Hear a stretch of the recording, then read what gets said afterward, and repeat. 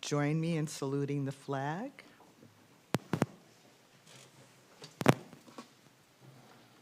Pledge allegiance to the flag of the United States of America and to the republic for which it stands, one nation, under God, indivisible, with liberty and justice for all.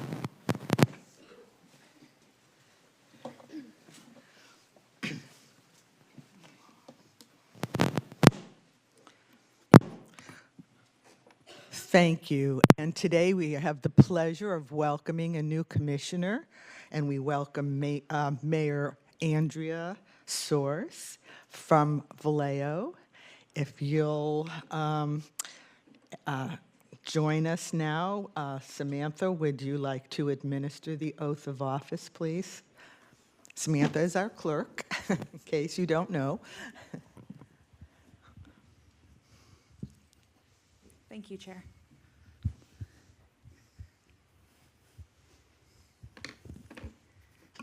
Welcome. Please repeat after me.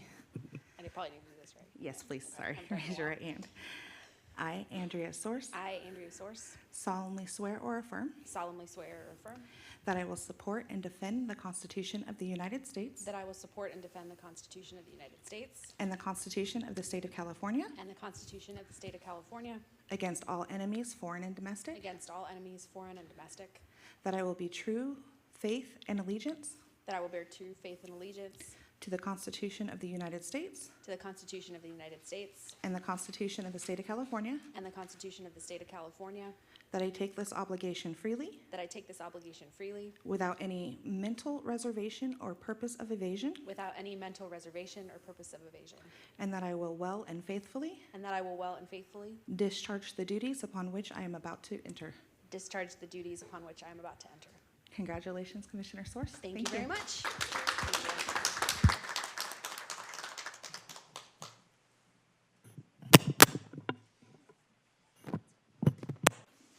Thank you very much, and welcome again. We'll give Wanda a minute to take a seat. Good morning.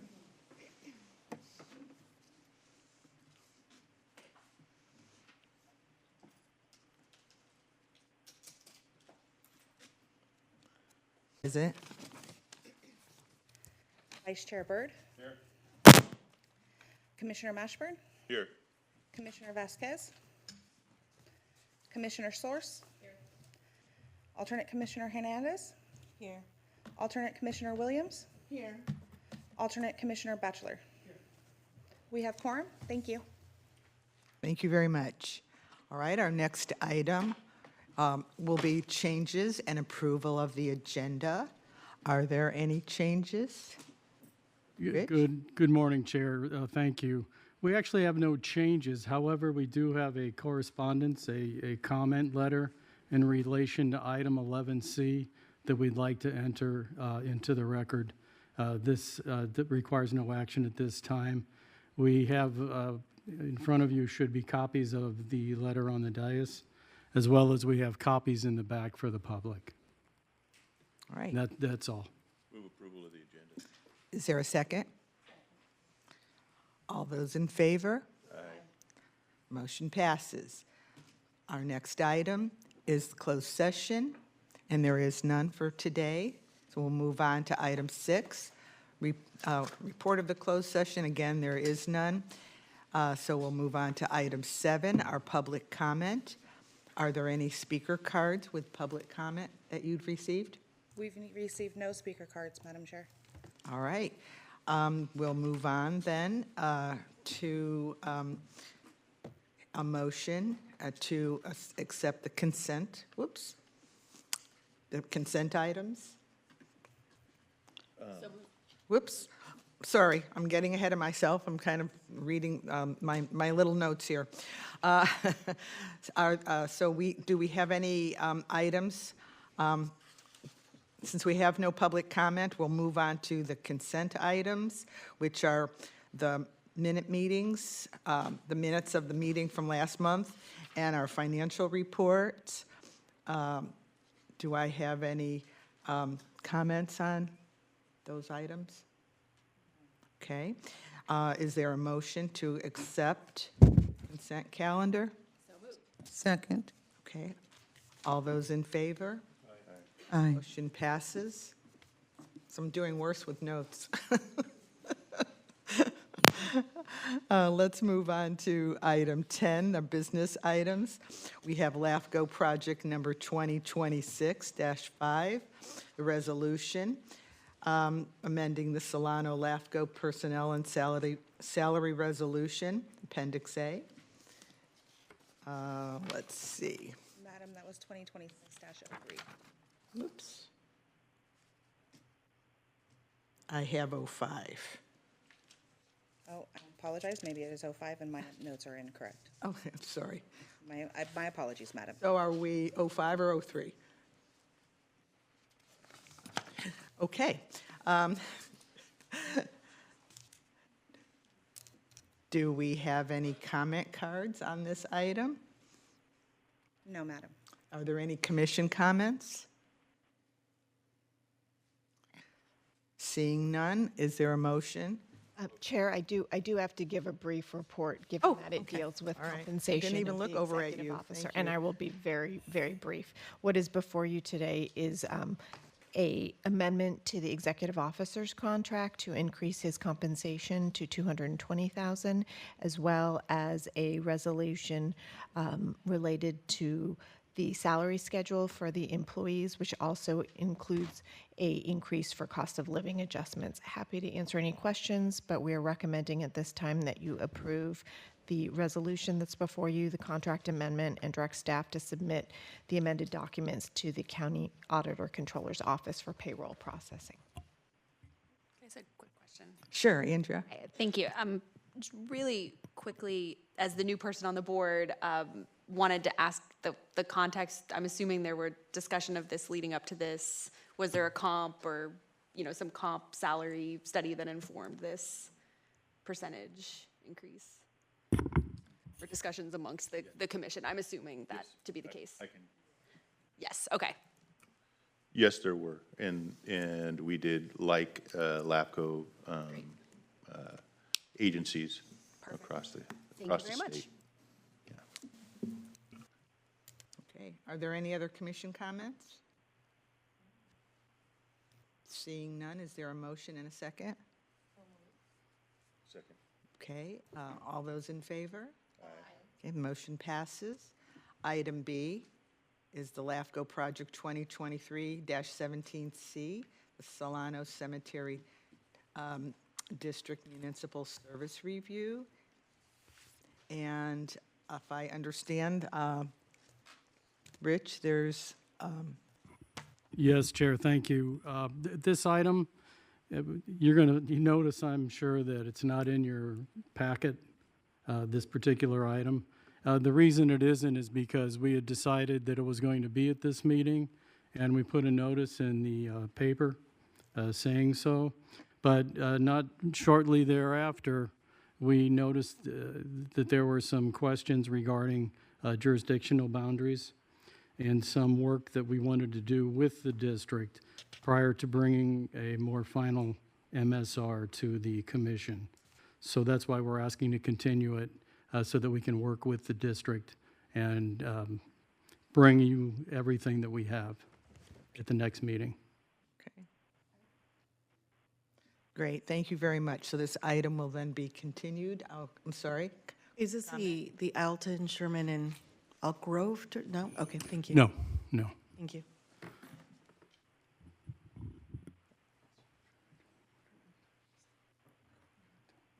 All right, I move continuance on the item. Oh, okay, I was just waiting on Commissioner Williams. No other? Oh, okay, we're sorry. Then you have to share, sorry about that. All right, thank you. Go ahead, Mitch, I'm I sorry. just move continuance of the item. Second, okay, it's moved and seconded. All those in favor? Aye. Okay, this item will be continued to our meeting on August 10th. Item number 11, our public hearing, fiscal year 2026-27 budget and work plan adoption.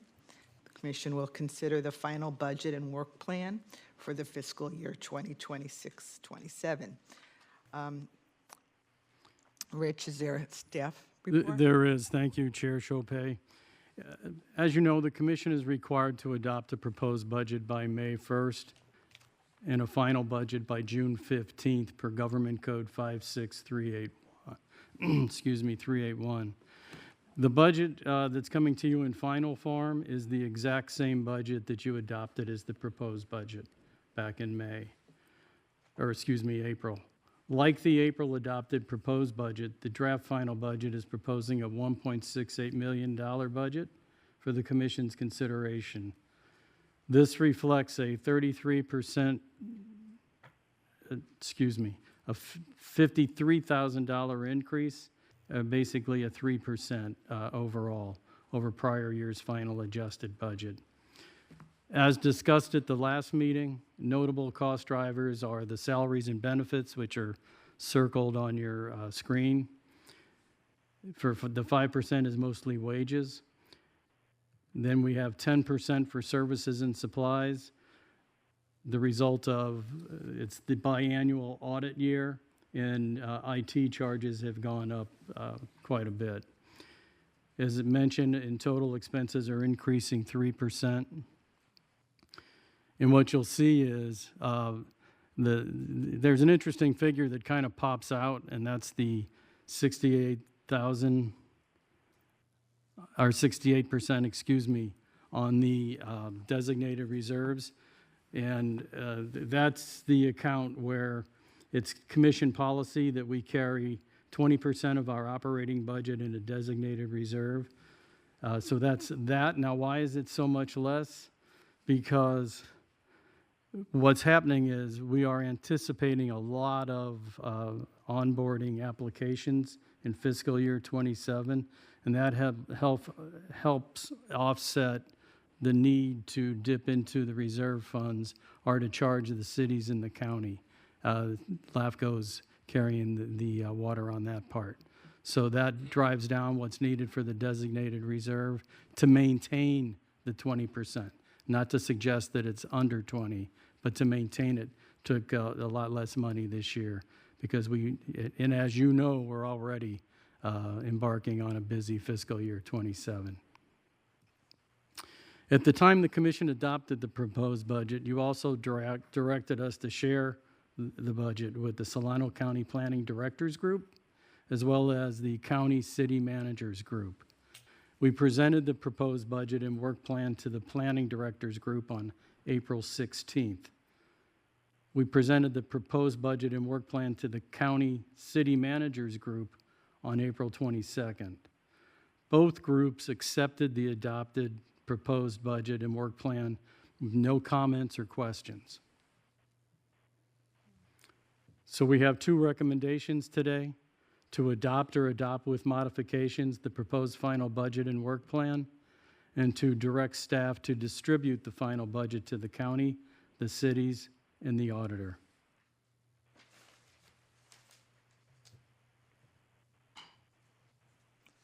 Thank you very much. Are there any commission comments first? Okay, if not, I open the public hearing. Do we have any speaker cards? We do not, Chair. Okay. Is there a motion to accept the budget and work plan? Sorry, close the hearing. Okay. I'll get this I'll right. make that motion. Okay, I'll get, that's been moved and seconded, and all those in favor? Aye. Okay, great, thank you. All right, we'll move on to our next item, B, LAFCO Project 2023-17A, the Municipal Service Review for the Rio Vista Montezuma Cemetery District. Staff will present the final MSR for the Rio Vista Cemetery District adoption. Is there a staff report ready? Yes, Chair, thank you very much. During the April Commission meeting, Tyra Hasdovich presented the Rio Vista Montezuma Cemetery District's public draft municipal service review for the commission's consideration and established the comment period. Tyra's with us today and will be presenting the final draft for your consideration. Tyra?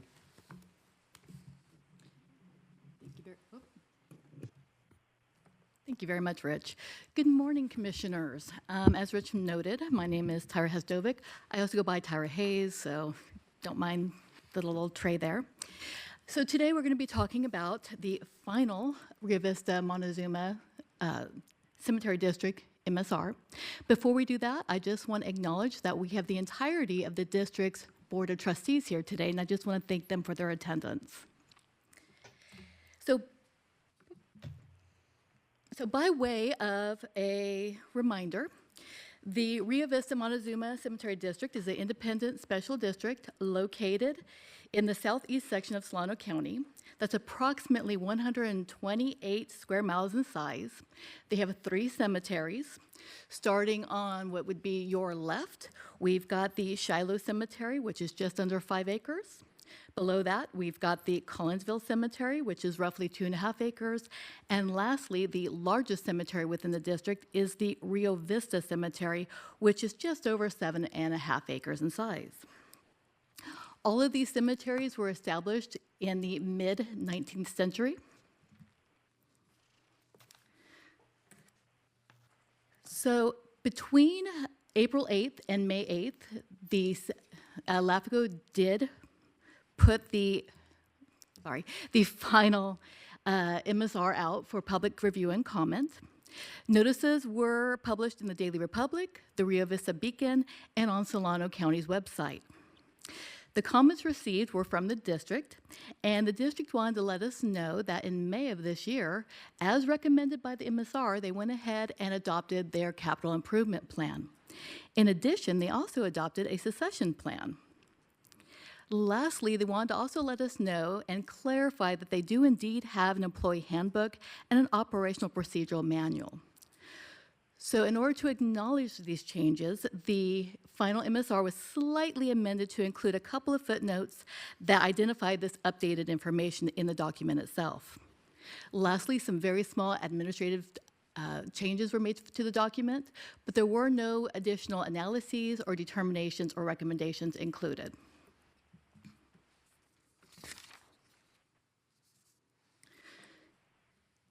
Since the April meeting looked at all the details of the district, the next few slides are just going to focus on the key findings and determinations. First, we have growth in population. Over a 10-year time span, the district averaged 19 interments per year. This can be broken down into 17 burials of both full caskets as well as urns, and the other 2 were the placement of urns into what we call the columbarium niches. So based on having just over 8,000 available plots as of early this year and 163 available niches, the district currently has roughly 480 years of burial capacity and 82 years of niche capacity. So given the fact that there's only an average of 19 interments annually, it was not possible for us to make any kind of correlation between the burials and the population. So that was one of the findings. And the other finding, of course, was the fact that the district has more than adequate capacity to accommodate future interments for well over 400 years. Moving into the services, the district has 3 full-time groundskeepers. These groundskeepers meet all the district's needs by spending roughly 75% of their time landscaping and maintaining the grounds of the 3 cemeteries within the district. They spend approximately 4% opening and closing the burial plots. And the remaining 21% is spent doing other tasks that range wildly between doing building, structure, and equipment maintenance. But it also accounts for the travel time between the 3 cemeteries, and it also includes the keepers covering for other groundskeepers who may be taking time off. So most of you may remember this graph from the April meeting, and the district is financially healthy. This determination was made on several factors. So as you can see on your screen, the two lines on the bottom, we have a blue and a red. The blue is the revenue that the district has seen over the last 5 years. The red is our expenditures. So one of the findings was the district's revenues has succeeded or exceeded the district's expenditures over the past 5 years. Then above those two lines, you're going to see the orange line. This is the orange line for the designated funds. Oh, I'm sorry, I said that wrong. That's for the available funds. Essentially, this is the difference between the money that the district has and the expenditures that they have. So by way of a reminder, you're going to see a big dip that occurred in fiscal year '24. This is only because the district decided to place just under $2 million into 6 various reserve funds. If the district, for some reason, decided to move that money back into their available funds, that would have equated to $3.3 million. So if that were in here, just for comparison purposes only, the available funds for the district grew 6% between fiscal year 20 and fiscal year 25. Again, this shows how financially healthy the district truly is. They are growing their available funds that can be used at the district's discretion. Lastly, we have the green line on top. This one only goes between fiscal year 20 and fiscal year 23. The reason being is the fiscal 23 audit was the last one that we had. And what it shows here is the district's net position, which essentially is the difference between the district's revenues and its liabilities. It grew 4.29% between fiscal year 20 and 23. The most recent audit shows that the district's net position is currently at $4.7 million. So another financial factor that was considered when determining whether or not the district is financially healthy is called days cash on hand. That is not shown here on this list. But essentially what it is hypothetically speaking, if the district were to stop receiving any revenue as of today, they have enough revenue to keep operating for another 6.1 years. So with all of this, it's easy to make the determination that the district is indeed financially healthy. On a related note, again, it's not on this chart, the district's CalPERS pension funds are also in very good condition. They've got 2 different CalPERS funds. One is the CalPERS Classic Miscellaneous Pension. That one has been paid off at 165% funded. Let me backtrack. Sorry, it's not paid off. As of right now, it is 165% funded, and that means that the district is not expected to have to make any payments, annual payments, for the next 5 years.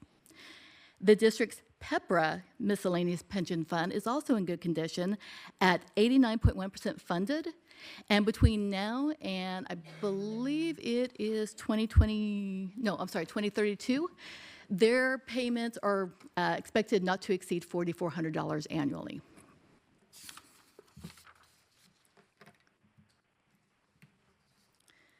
So moving on in terms of some of the findings.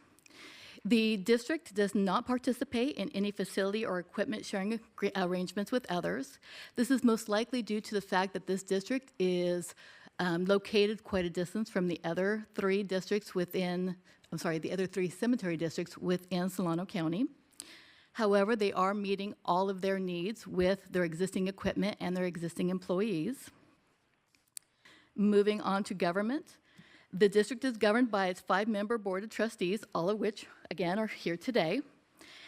These trustees are appointed by the Solano Board of Supervisors.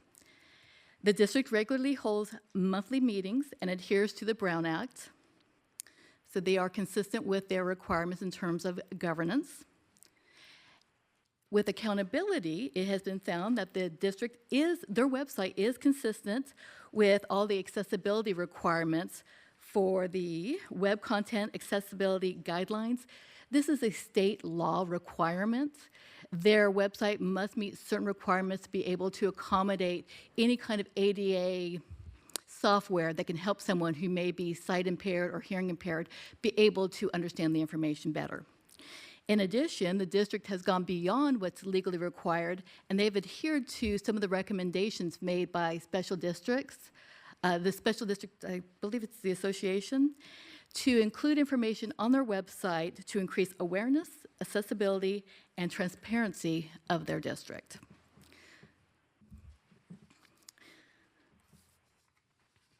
So now that we've kind of gone over all the different findings at a very high level, the next steps for this district is to consider their sphere of influence. As of right now, the district's sphere of influence is coterminous with its service boundary. But as you may recall from looking at the document itself, the district is interested in looking at expanding its sphere of influence to include additional lands located within Sacramento County. Specifically, they're looking to expand to include this town of Isleton and of Sherman Island. The reason for this is because people who reside in those two communities do identify themselves as being part of the Rio Vista community. And as of right now, given that there are no other cemeteries nearby and it meets some of the requirements identified in state law, they can be buried within this district, but they are required to pay an additional $500 fee as an eligible non-resident. This district would like to see that requirement waived, and they can do that by simply annexing them eventually into their district. The district is currently looking over the sphere of influence application that has been provided to them by staff. So with everything you've heard today and everything you have read in the final municipal service review, it is recommended that the commission adopt the LAFCO resolution that adopts the final Rio Vista Montezuma Cemetery District municipal service review. I'm available to answer any questions you may have. Thank you so much. Thank you very much, Tyra. We appreciate it. Are there any comments from the commissioners? I do have a couple of questions. Commissioner Williams? Thank you, Commissioner Pay. Well, first, I noticed when you showed us the slides of their unrestricted funds, but 24 and 25, we're now at 26. So I wasn't sure why those were excluded from the numbers, so that we can truly see a full picture. Or maybe should not say excluded, but not available. I went way back on the slides. One moment, I'll bring that up so everyone is on the same page. What? The next one, yeah, no, not that one. Where is it? It has a breakdown. This one? This one, yes. Under the unrestricted net position, why is 24, at least why isn't 24 available for review? Fiscal years 24 and 25 were not available to us at the time that we'd prepared this. That information comes from their annual audits. So as of the time that we were preparing this document, only the audit through fiscal year 23 was available. So is the current, I mean, I know we've already created this document, but have they had the audit since then? To be honest, I'm not sure. I did ask about 2 months ago, and they had not. That I don't want to put anyone, in the spotlight, but that might be something that one of the Board of Trustees might be able to answer for us in open comment. Okay, thank you. And then normally for cemetery districts, if you don't live in the area, you do pay an out-of-area fee.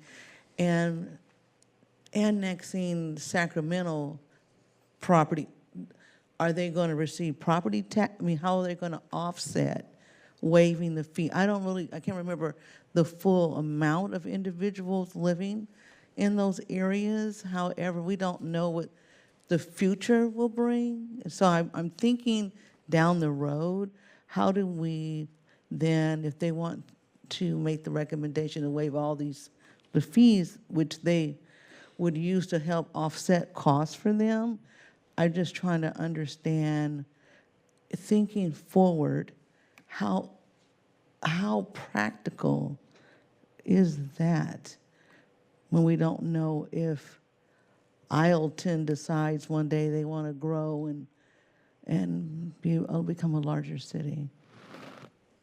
That is a very good question. And as you can imagine, it will require much in-depth review before we can move forward with a proposal like that.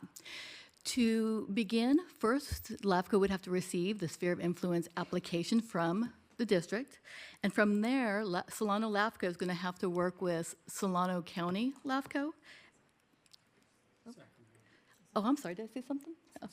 Oh, sorry about that. Too many S's. So Solano LAFCO will be working with Sacramento LAFCO. But in addition to that, Solano County will have to work with Sacramento County to discuss how they would handle the property tax issue. So we don't have the answers to that information yet. That will be something that we will have to evaluate before making a proposal to the commission on this item. Okay, well, that's good to know, because I kept thinking, wait, how's this going to work for them? And I appreciate that they really care about their neighbors right next door to them. I think it's beautiful that they care, but I'm just looking at, since I don't know what their unrestricted net positions are for 24, 25, and we don't know the future of this city, those are just some things that I'm cautious about.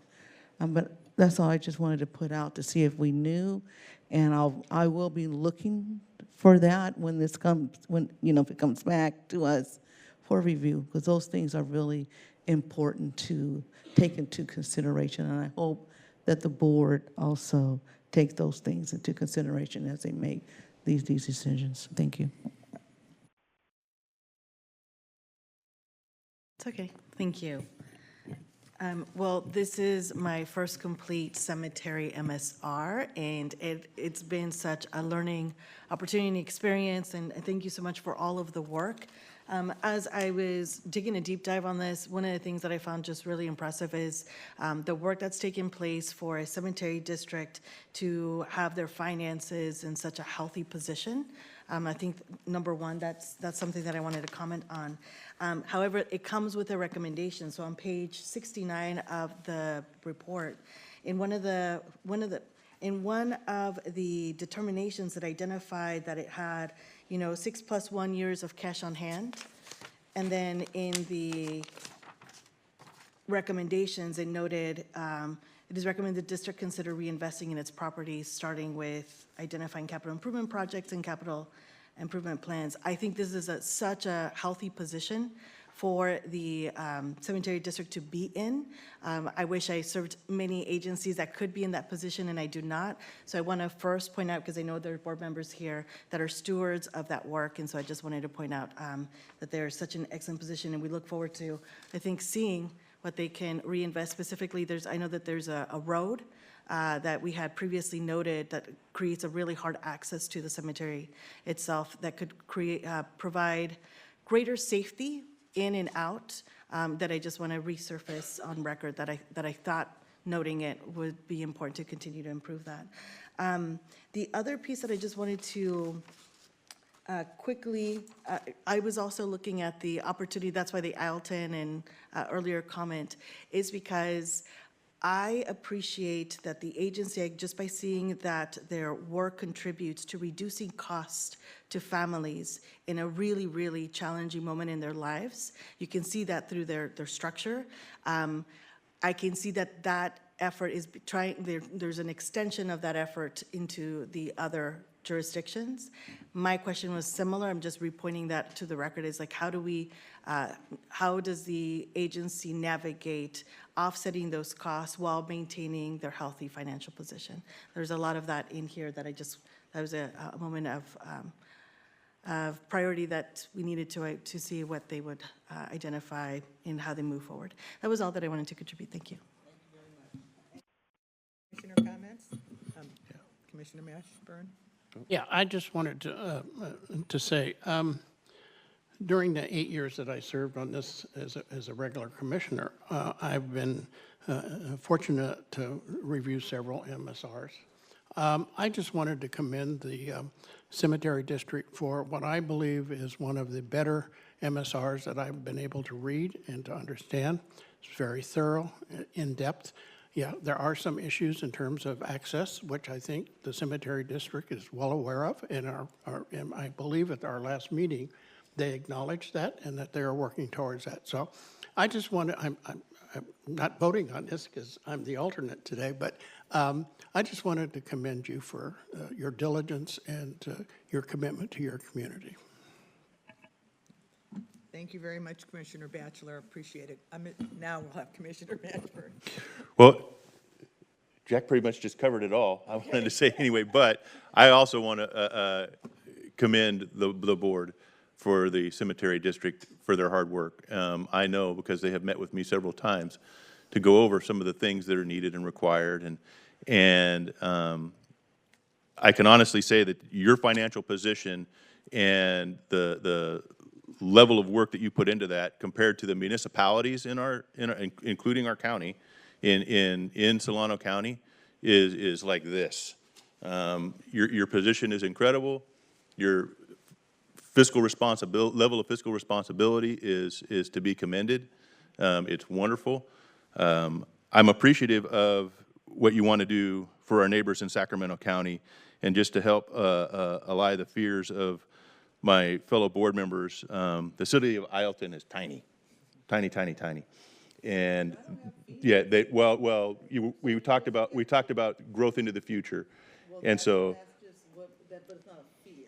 all right. So I don't want to say, okay, your concerns into the future with Ileton. Right now, out of the 19 folks and the 400 years of service into the future, Ileton is probably less than 1% of that number and impact for the district itself. So any of that area that's proposed to be annexed in is less than de minimis for impacts. The greater impact to that area would be the annexation of Suisun into that area, and the potential for a city of 400,000 people, which would bring that 400-year mark down to about 5 years, maybe 4 years of space. So that would be of greater concern, but as of right now, we don't have that MSR from Suisun or that project before us, so we shouldn't be considering it, but that is a concern moving into the future. And I'll just make a note, not to get ahead of ourselves, on Suisun City. Today's focus and agenda item is the MSR for the Cemetery District of Rio Vista, or Montezuma District, which has our full attention in this evening. In the future, which will be years from now, we'll come back to discuss more about even feasibility, if the opportunity to even annex or grow for Suisun. But at this time, I would just put it on the record that not to get ahead of ourselves at this time. Thank you. All right. I wasn't even really done. Oh, sorry. So anyway, not trying to get ahead of ourselves, but this MSR does consider an area that is now currently under review by the city of Suisun for the purposes of annexation. So it is absolutely something that we have to consider when we talk about the sphere of influence and annexation of the Rio Vista area as well, because the proposed annexation that Suisun is considering draws right up to the border of the city of Rio Vista and encompasses all three of these cemeteries. So it's absolutely not getting ahead of ourselves. It's something that we have to consider and talk about when we talk about this annexation or this MSR or this sphere of influence, because those two things overlap. And your city is in a actual legal process right now. And because they are, it is relevant and it has to be discussed. So with that, I'll yield back the microphone.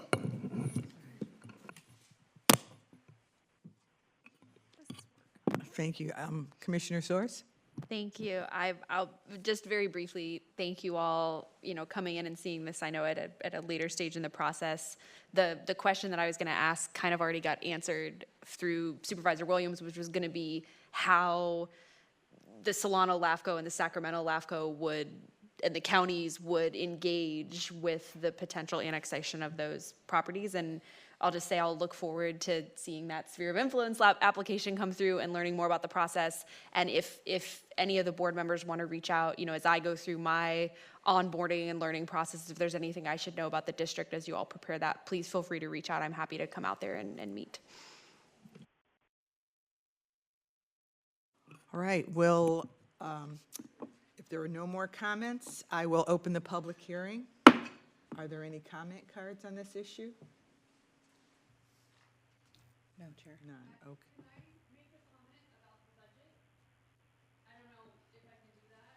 I'm going to open the public hearing now.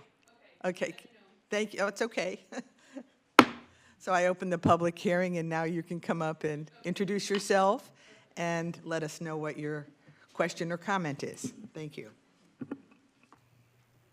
I'm Becky Birch, and I'm the chair of the district. And we do have our 24-25 audit, and we were going to meet with our auditor tomorrow, but we're waiting until July. So it's almost complete. And then the other thing I want to point out is the sphere of influence.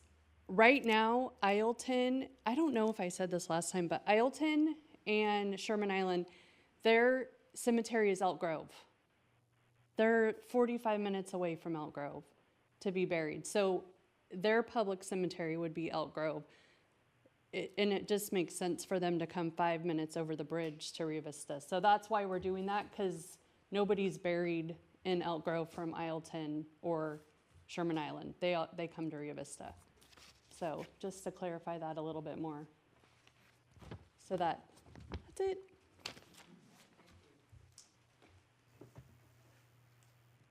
Are there any other public comment to this item?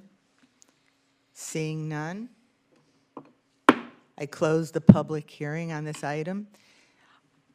Is there a motion and a second to accept the recommendation? So moved. All those in favor? All right, the motion passes. We'll move on to our next item, which is 11C. Project 2023-16, LAFCO policy updates, the sphere of influence policy. Staff, is there a report on this?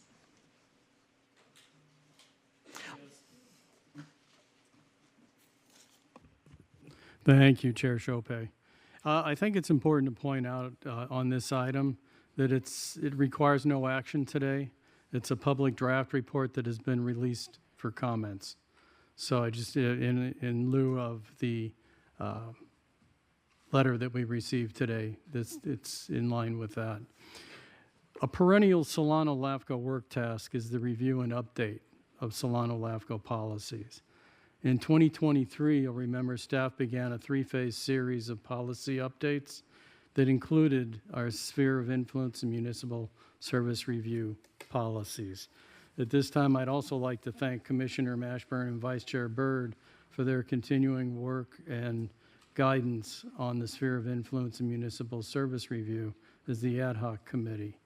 And also at this time, I'd like to turn it over to Christina, who's been carrying the load on this particular project. Thank you, and I think it's still morning, right? Good morning. So before I get into this, it's a kind of a hot button topic, and it's kind of a complicated topic. So it is going to be a little bit of a longer presentation. Some of it's going to be a little bit of a review from the 2024 Sphere of Influence 101 that we had presented back in December 2024. And also, the other thing, I'm going to break one of my cardinal rules. I will be doing some reading. I don't usually like doing that. I like making eye contact, but it's important enough that I want to make sure that I get the information out correctly. So please forgive me as I do some reading. To start with, a little bit of background information.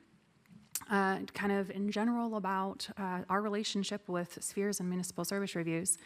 The legislature gave, back in actually 1963, gave LAFCOs the authority and the power over spheres of influences to determine what growth boundaries would be for any agency under LAFCO's authority. So with that, the primary function and primary directive we have is our legislative directives. And that was given to us through the Growth Within Bounds report, which we've mentioned before and is available on our website, where they call us the watchdog of special districts and cities to monitor and help kind of determine what orderly growth and balanced development with efficient services looks like. So that's the high-level review. A general outline of what I'm going to do with the presentation. Going to go into the background, a little bit of that 101 CKH and LAFCO information in general, touch on sphere of influence specifically, why, what, how, when, and tie into the relationship of the sphere, or of the municipal service review. So first off, the sphere is the thing. It's the most important piece. That is the actual boundary. That is the action that is taken by LAFCO. The municipal service review is the supporting documentation and analysis.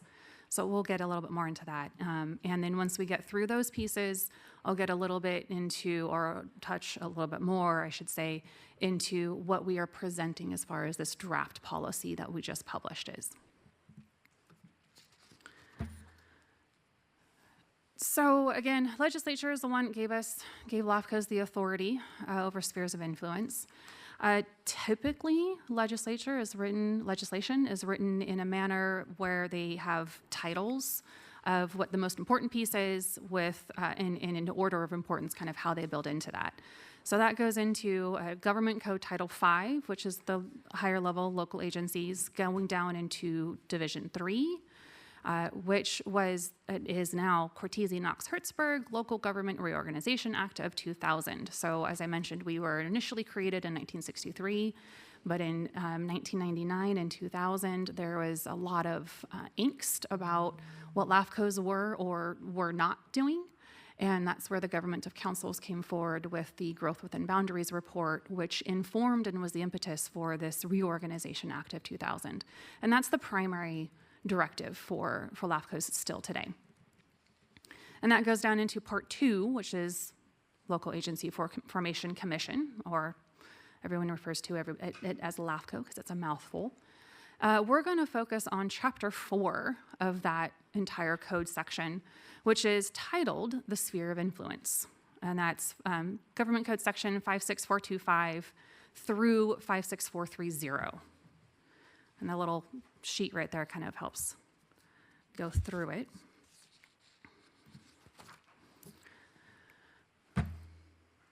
There we go.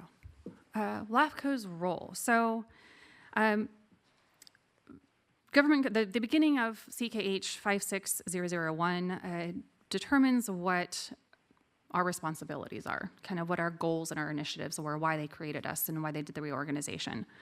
And it boils it down to our statutory purposes, which were to discourage urban sprawl, preserve agricultural land and open space, promote the efficient and sustainable public services and extensions of those services, and promote orderly formation and development of local agencies, and then to provide information and policies to further these goals. And all of that is, the point of it is so that LAFCOs, we are independent agencies, independent commissions that are tasked with reviewing and analyzing information on an objective manner to make determinations in consideration of the regional perspective. So for us, the regional perspective is the greater Solano County area, little c, not Solano County as an agency, but as a region. So we're here as a regional agency to take all those into considerations. So therefore, staff and commissioners, we have to exercise an independent judgment on behalf of the public as well as on the region, and make our information and our decisions are based on CKH, local policies, all relying on supporting evidence, documentation, and analysis.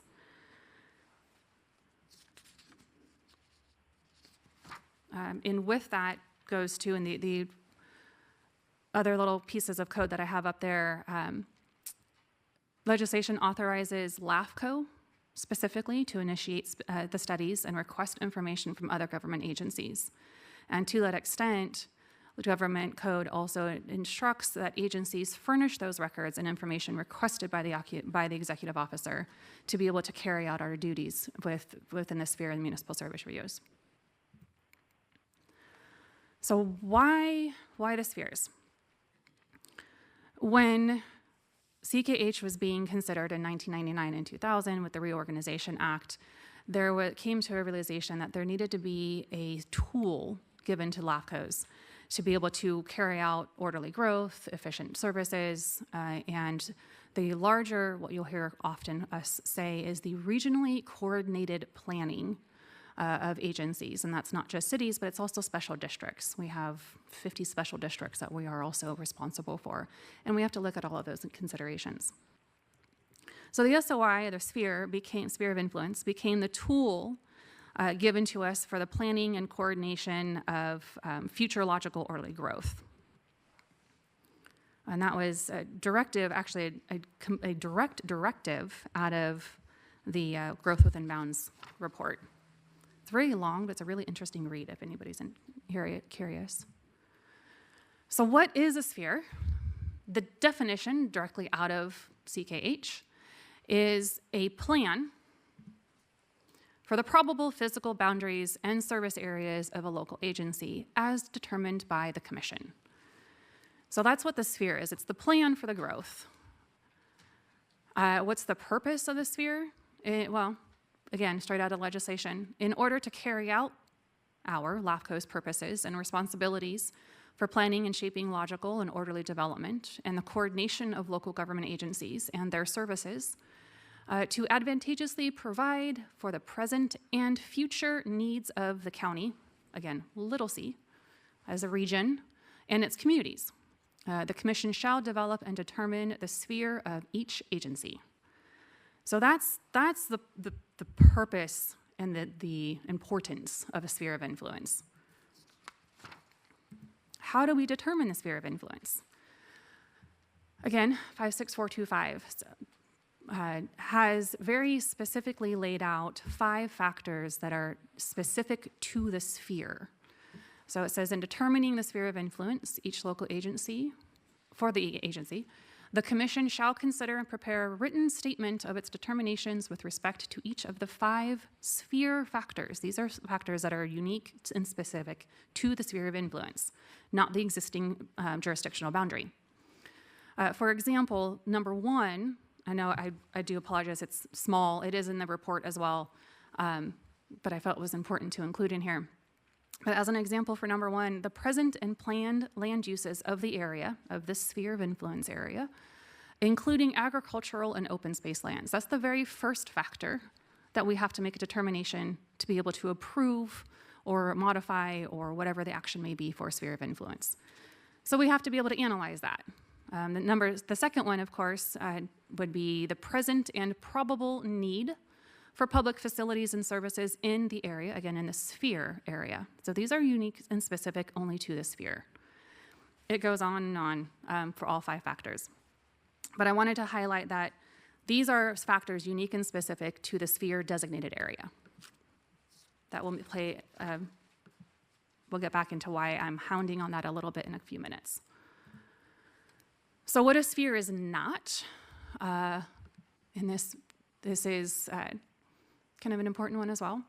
Based on our research of CKH, I also spent several hours through the course of the years looking at the legislative history of CKH. I'm a legislative nerd, so I actually went back and I read all of the actual Senate hearings and Assembly hearings and what the purpose of the sphere was and what it is not. As well as reviewing, there's a few, but there are some court cases that address spheres as well. So what it's not a land grab. It's not an area of land for any agency, special district, or city that they get to say, dibs, it's mine, you don't get to do anything with it. So there's no jurisdictional authority within a sphere, except for who currently has the authority in it. It does encourage communication but it's not a land grab. It's also not an ordained permanent status. Doesn't mean it's one and done. And there are requirements in CKH that spheres specifically, not municipal service reviews, but spheres are required to be reviewed and updated as necessary. It does not absolve compliance with 56425G, which, if you may remember, is the area of a code where it requires, if the city is changing, this is specific to cities, if a city is changing their sphere of influence, there is a requirement that they communicate and coordinate to the best of their ability with the county. So that's 56425G is where that coordination conversation happens, where the city and the county can hopefully come up with some sort of agreement on how to proceed within the sphere of influence. Hopefully, right? That's where the regional coordination comes into play. It's not an entitlement, a guarantee, or a promise to annex or develop. It's a goal. And this is reinforced by an AG opinion as well as a 1988 case, which informed LAFCO's going forward as well.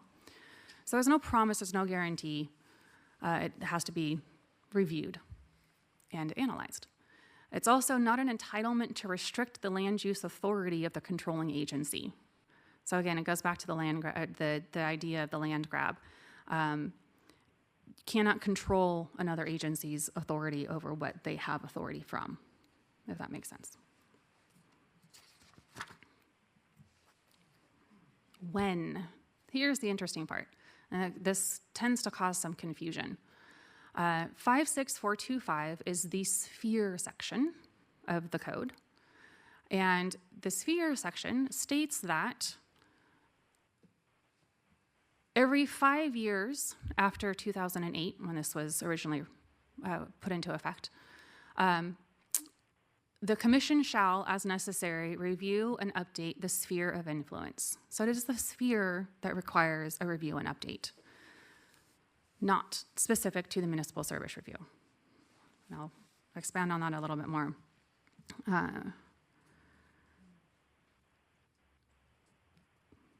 Forgive me, I had notes in here. I wanted to make sure I went over them. So, yep, okay, that's fine.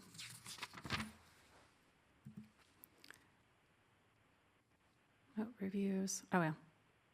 And this feeds into kind of where we went with our policy. Review and update triggers. There's a 5-year. Obviously, it says 5 years has to be reviewed and updated as necessary. Update generally means, basic definition of an update is you're bringing the information up to date. So you have to look at what occurred in the past. And is the information that was relevant and relied on for the sphere determination, is that still accurate?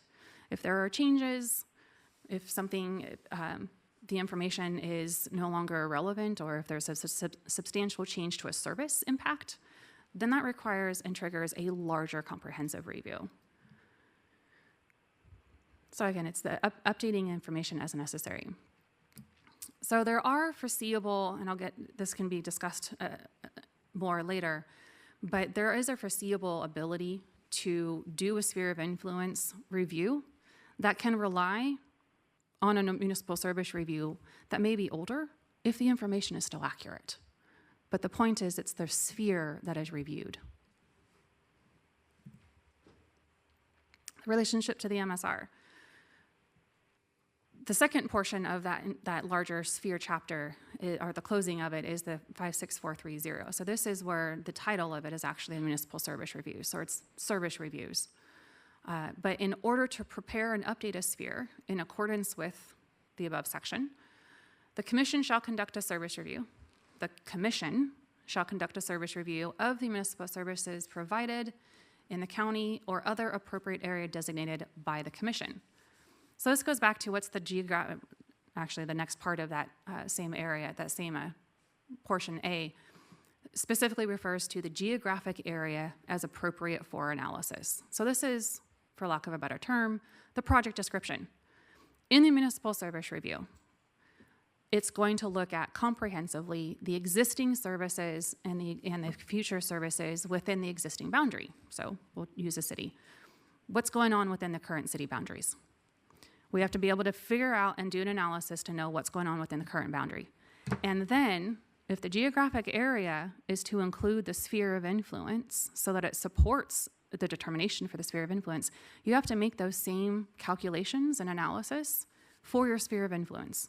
So that means we need to know what the plan is. To be able to define what that plan is, to be able to do some analysis to show that, yes, a city or an agency, you may remember we had Solano Irrigation District in here earlier this year. They do intend on expanding their boundaries. They're in the process of making sure that they can do precisely that.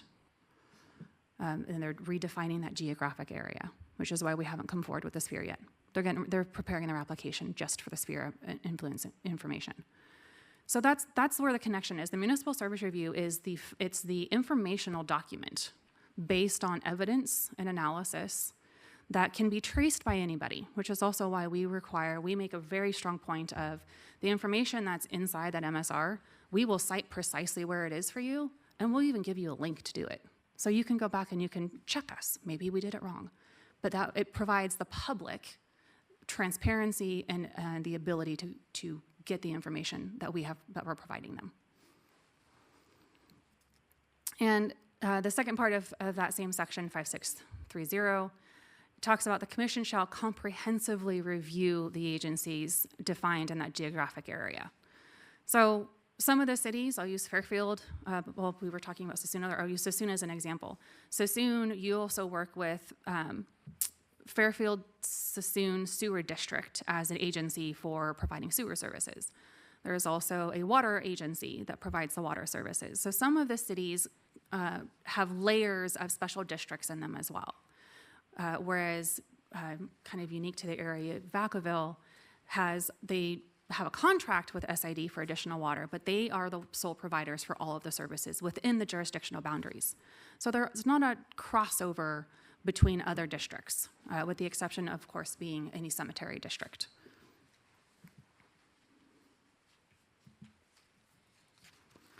So where are we today and how we got here to specifically today? Beginning in 2022 and 2023, we started receiving we noticed a trend. We started receiving several requests from cities, some from a couple of special districts, as well as from some developers who are looking to do some development within the cities in the future. So we started receiving several requests for meetings to discuss with us, because we're a little bit of an obscure agency, what is it that needs to be done for municipal service review, for Sphere, what's the process, what the heck is it? And in those conversations, we learned quite quickly that there was quite a bit of confusion, misconceptions, misinterpretations, and difference of opinion of what's required. So came to a problem statement for us. Confusion, misinterpretations in the function, the purpose, and the power of the Sphere. There was a lot of emphasis on the municipal service review. Everything, MSR, MSR, MSR, MSR. Yes, the MSR is necessary to be able to support, because that's where the bulk of the information analysis and research is done. But the most important part of it is the Sphere. And so there was a disconnect between those two pieces.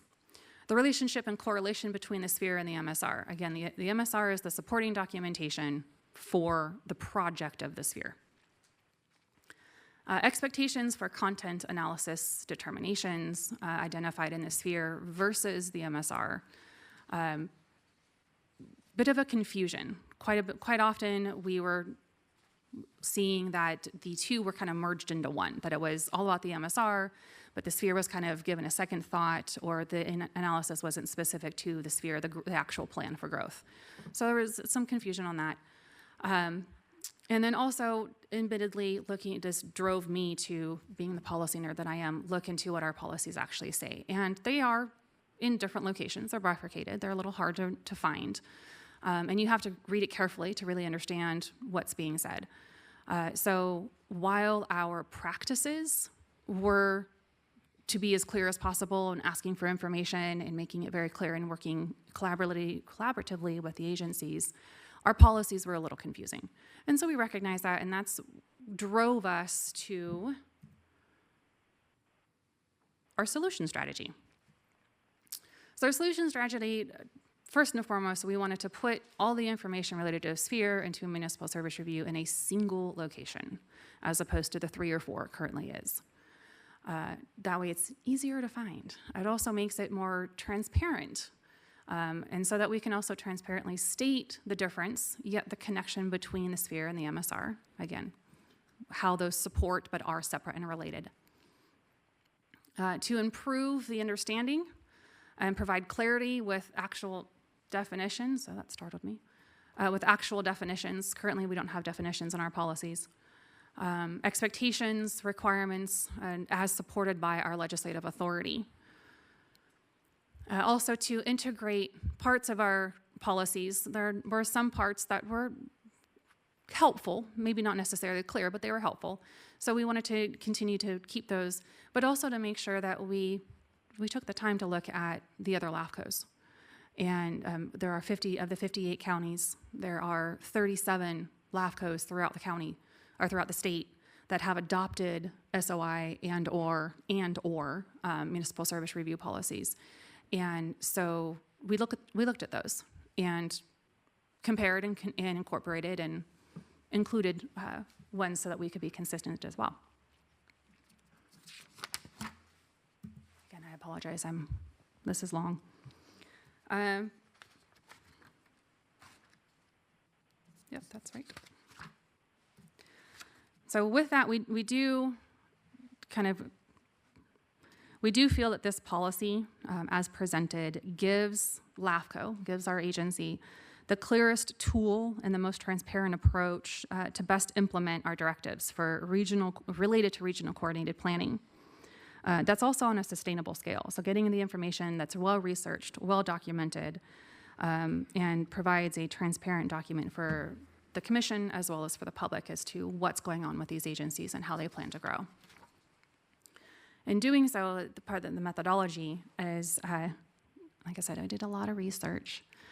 Looked at the legislative research, the legislative studies, anything that I could find that was published related to LAFCO and why the law was written the way it was.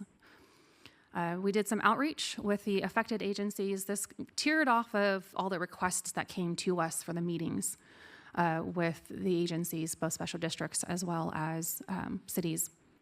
And then we did reach out and we spoke to several other LAFCOs to kind of find out what is it that you do, how you'd approach this, and again, looked at their policies, all the policies statewide. We met with council several times, abused her quite well, in consultation to make sure that we weren't doing something that was going to violate the law, was going to violate some other court case, basically make sure that we are consistent and that we are legal.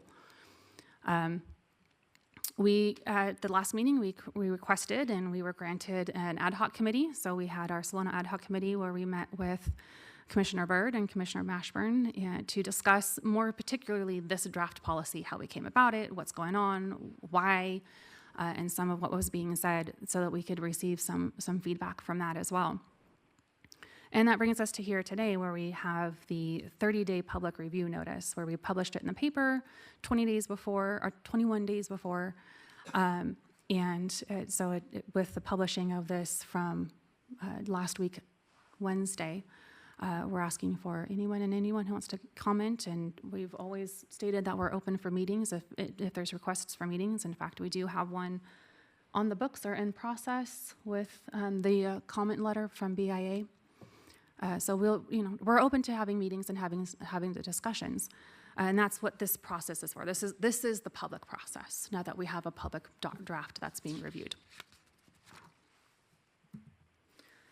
Our sources, as I mentioned, we're a big source person. We want to make sure that what we're doing and what we're citing can be replicated. So we reviewed, and read the Growth Within Bounds document, which was the impetus for the Reorganization Act. The legislative history, which can be found on California Legislative Information website, specifically the bill analysis for AB 2838. That's where I found all the Assembly and State committee reports. Opinions from the Office of the Attorney General, Bill Lockyer, from 2001, which is still cited often by LAFCOs. The LAFCO municipal service review guidelines as published by the Governor's Office, OPR, back in 2003, also still relied on by LAFCOs. The LAFCO's general plans and city annexations document, also published by California OPR in 2012, also still relied on. Of course, our government code, which was last amended in 2025 with some minor things, not specific to municipal service reviews or spheres of influence, though. And then, of course, we reached out, we did the research. I have a rather thick binder where I printed every LAFCO municipal service review and or sphere of influence policy so that I could read it and cite it, and I knew what it says and include it. So there are 37 of the 57 LAFCOs have those adopted policies, excluding us, obviously. Our current policies, we have a 2013 guideline for establishing spheres of influence in Solano County. That's the awkward title. Poorly worded. It was not consistent with other LAFCOs, and it doesn't mention or address the municipal service reviews. Our other policy, our other document that includes bits and pieces is the Solano LAFCO Standards and Procedures. I'm not going to read that whole thing. But I generally refer to it as the 2019 standards. So it was last amended in 2019, but that's where there are clips about spheres of influence mentioned in there in different locations. There is a small section referring to municipal service reviews. There's not any really guidance. We do have an adopted outline that was adopted, I believe in 2017, 2013. That is how we write our documents, even internally. The three that you have seen have all been based on that outline.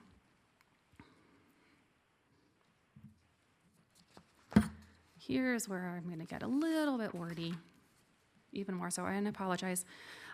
So the summary of the draft policy that we gave to you, there is a table inside the sphere, or inside the staff report, where we do break down as clearly and detailed yet concisely as we possibly could what all the different changes were. As a general outline, and I am going to highlight some of the pieces in here because I feel that they're important enough to mention just on the record.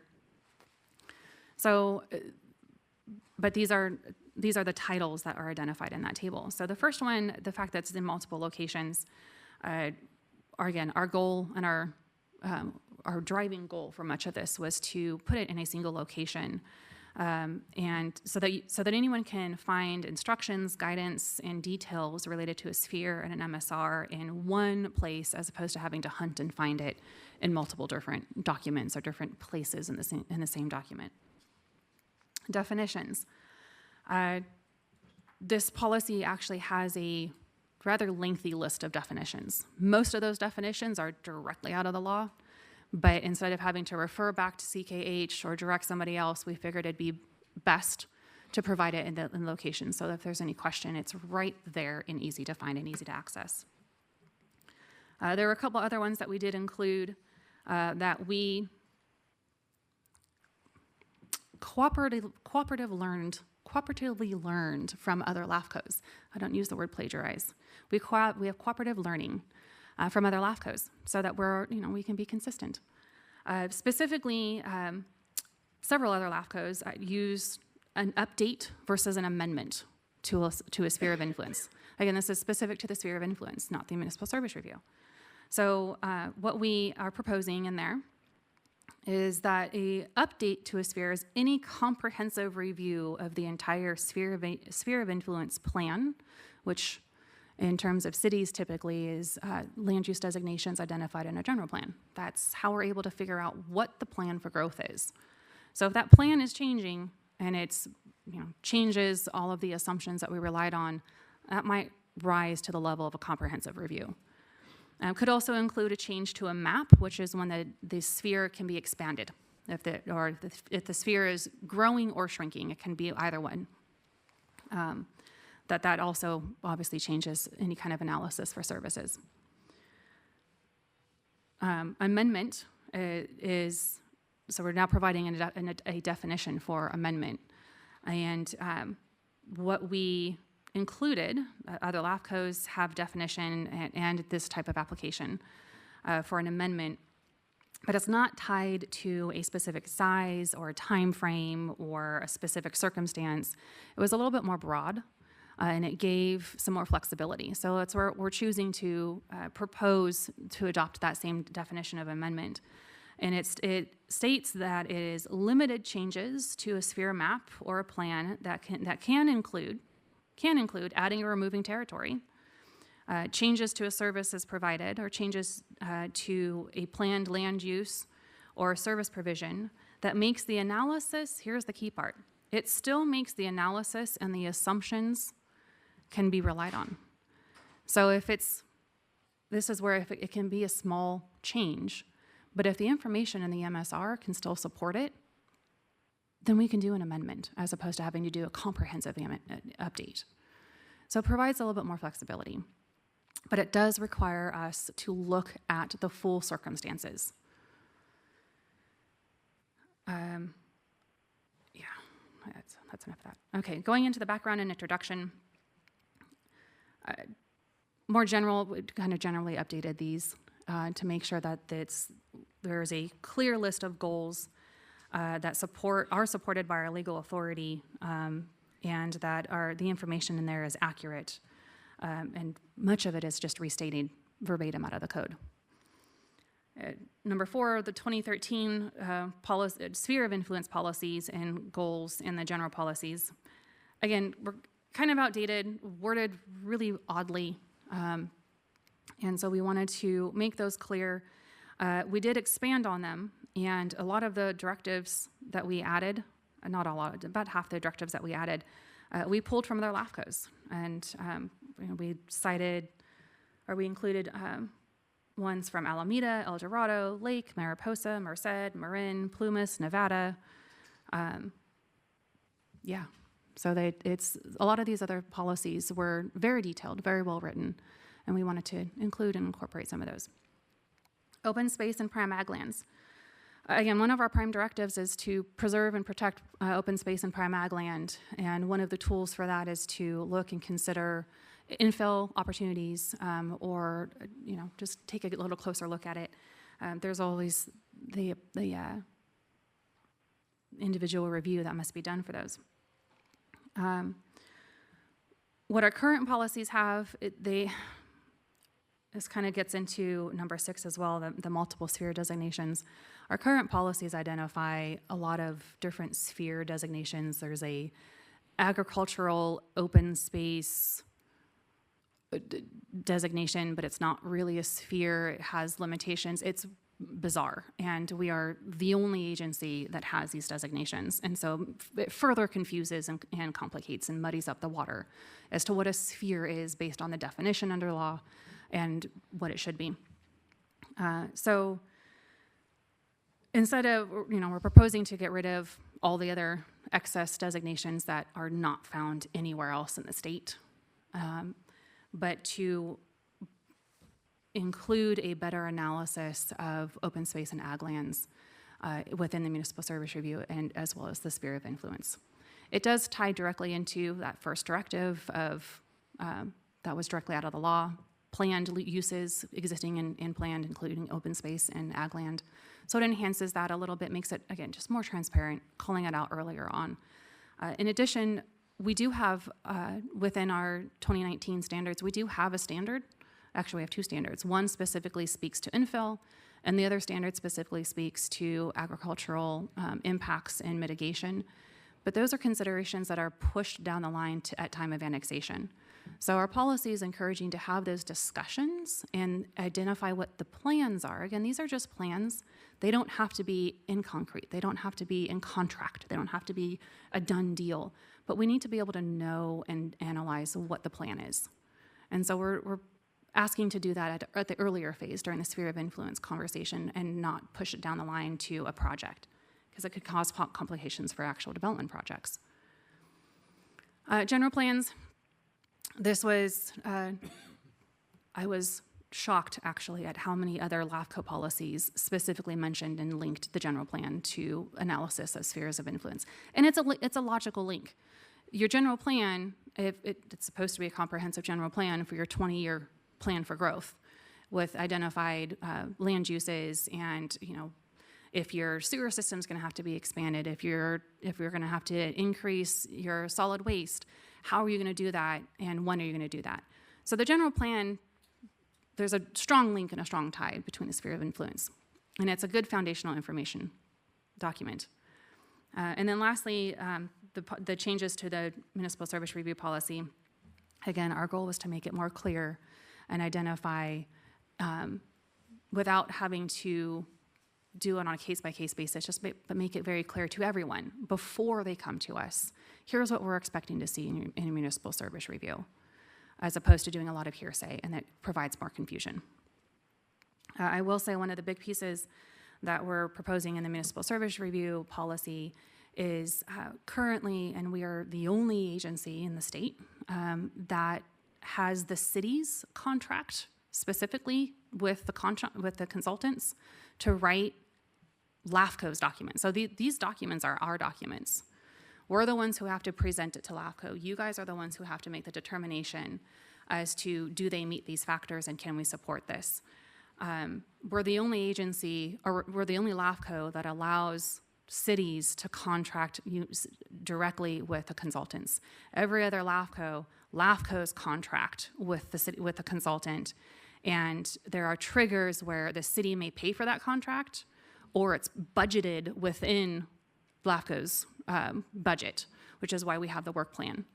But it creates less of a wall of information. There's a direct connection between the LAFCOs and the consultants to be able to get the information and meet the expectations of our documents so that we can provide to you commissioners and to the public at large a clearly well-documented, transparent information that is objective.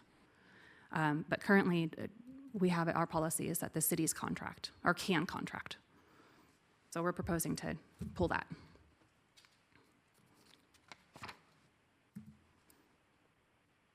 Okay, so that brings me to the end of mine.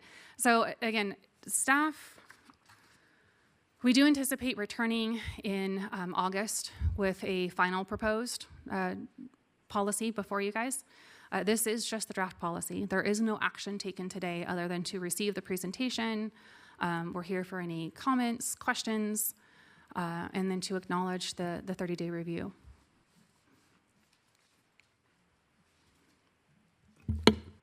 Thank you very much. It's apparent that staff and the ad hoc committee did a lot of work on this, so thank you very much. Are there any commission comments? Yes, I do. Let's start with Commissioner Batchelor. Okay. First of all, I want to thank the ad hoc committee. I think they did an outstanding job, and of course, staff did a good job as well. Sphere of influences and MSRs are very important and critical to not just Solano County, but growth altogether, cities and counties. And when I was going over the proposed policy changes, it's like about an 85-page document, and there's lots of legalese and that sort of thing. So I personally just wanted to thank the ad hoc committee and staff for putting together this little handout. Sorry, clumsy today. Because what it does is, as you're reading the policy or the staff report, you come to this first, and then when you get to those specific areas, whether there are multiple locations or whatever, you understand what has been in the past and what is being proposed. And I'll just pick out two that are critical and I think, and to me, very important. And that is the one on open space and prime agricultural lands. We're surrounded by ag. That's the #1 industry here in Solano County, $6 billion annually brings in. I'm glad to see that in previous, there was no clear protections for those.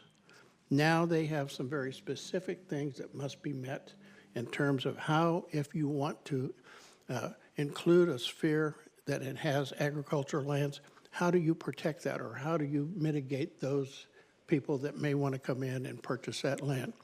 Then the second one was, I'm a big believer of a city's and the county's general plan. I've participated in city general plans. I was initially involved in the county's initial general plan back in, I think, about 2004, and it's metastasized and has gotten better. So those two items, I think, to me, are very critical, and I'm looking forward to hearing the public's input. And again, thanks staff, thanks our ad hoc committee for an outstanding job. I yield back. Thank you very much. Commissioner Mashburn, did you have your hand raised? I'm going to wait till after public comment. Okay, thanks. Commissioner Byrd? It's just a question and possible request. Is your slide presentation available online? It is not yet, but it will be by the end of today. Okay. We'll post them at the end of the meeting. I'd every day. appreciate you to put that up for the public, and I'd also like a copy sent to me. Thank you. Thank you very much. Any other commission comments? Commissioner Hernandez? I didn't. I saw your hand first. So. Oh, no. I didn't see it. I'm Oh, okay. I'm sorry, my hand, no. Yes. First of all, I just have to say thank you so much for the extensive work. As I've been attending various conferences and immersing myself in the learning, I am very much aware that there's a lot of LAFCOs out there that are not doing this level of work that we are doing, and so I just have to commend the efforts that are taking place. I sent an email early this morning. I said I was really impressed by the extensive research done in speaking to all the LAFCOs, in understanding how they've aligned to the policies and things like that. I attended the LAFCO 201 webinar called Applying Judgment in Complex Decisions. Since then, and because of them, although it had already been recommended, I now have the Cortese Knox Hertzberg document in my laptop ready for all of these meetings as a reference point, just to continue to do that excellent work that we're collectively doing together. I emailed this question early today, so I'm just going to go ahead and read it here. There's so much goodness in this document because it does exactly what we're trying to do. It's to provide a clear picture of how we are collectively as a region trying to protect just what was mentioned, our open space, our prime agriculture, as much as the need for communities to also grow and develop to support their communities, right? And so within that, one of the things that I noted was the MSR costs associated to be able to provide the data and analysis that help inform our spheres of influence. I have limited experience in this. This is why I wanted to ask this question, which is most of the MSRs are funded through, at least my experience has been, it's been funded by a potential developer, specifically on the west and east side of Suisun City. In my experience, we've had Bazots has influenced the work that's happening in that location. So my question was, if the cities are responsible, cities, counties, special districts are responsible to providing the MSR updates that influence our spheres of influence every 5 years, what alternative funding streams are available for us, or is that something that we need to also look at? I heard earlier, and I was grateful that I caught it, is there an opportunity for our LAFCOs to then identify funding streams to then support the consulting services needed to actually do the work so that the work remains as objective as possible, so that LAFCO boards are receiving information that is absolutely objective as we make really complex decisions in our community. So I'll hand that over to you. You raise a very good and interesting conundrum, because I started 9 years ago, and at that time, the cities did the cities, and LAFCO did the special districts, and that was just determined.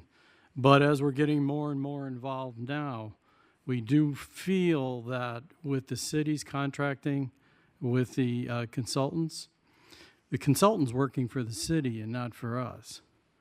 So that's created a bit of a barrier in getting some of the information.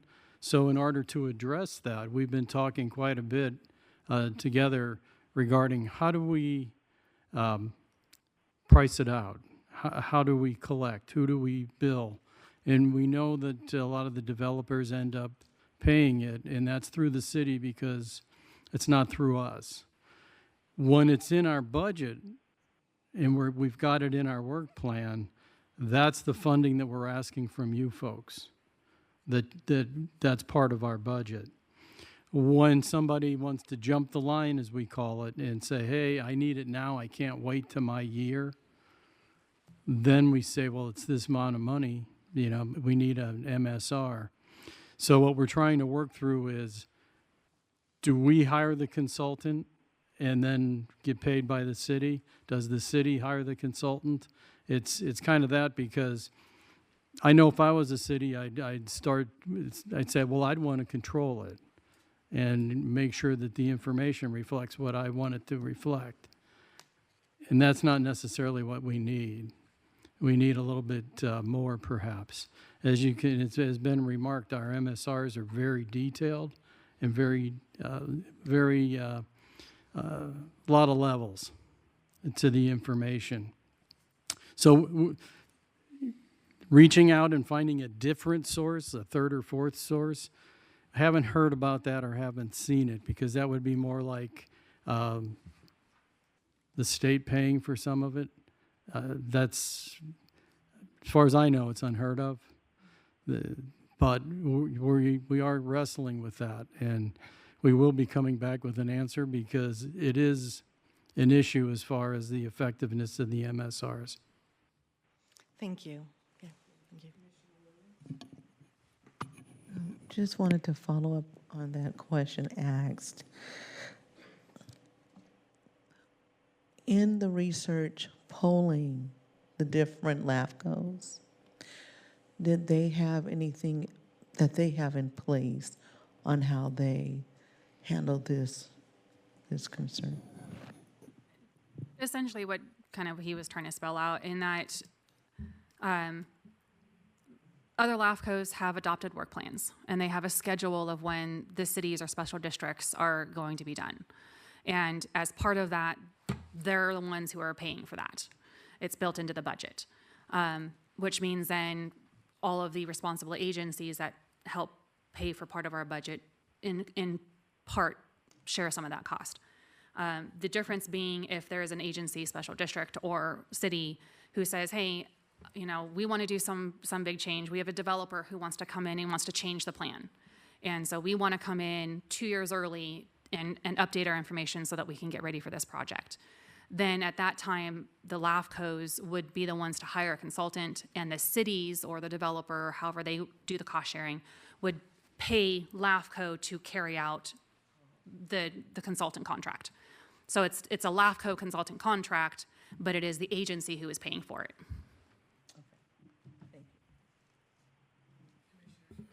Yeah, thank you. So that's basically exactly what I was about to ask. So if I'm understanding correctly, the five, because we're talking about kind of two different things, right? We're talking about the MSR that would happen once every 5 years-ish, or up to, or maybe as often as once every 5 years, and then the ones that would come specific to developments.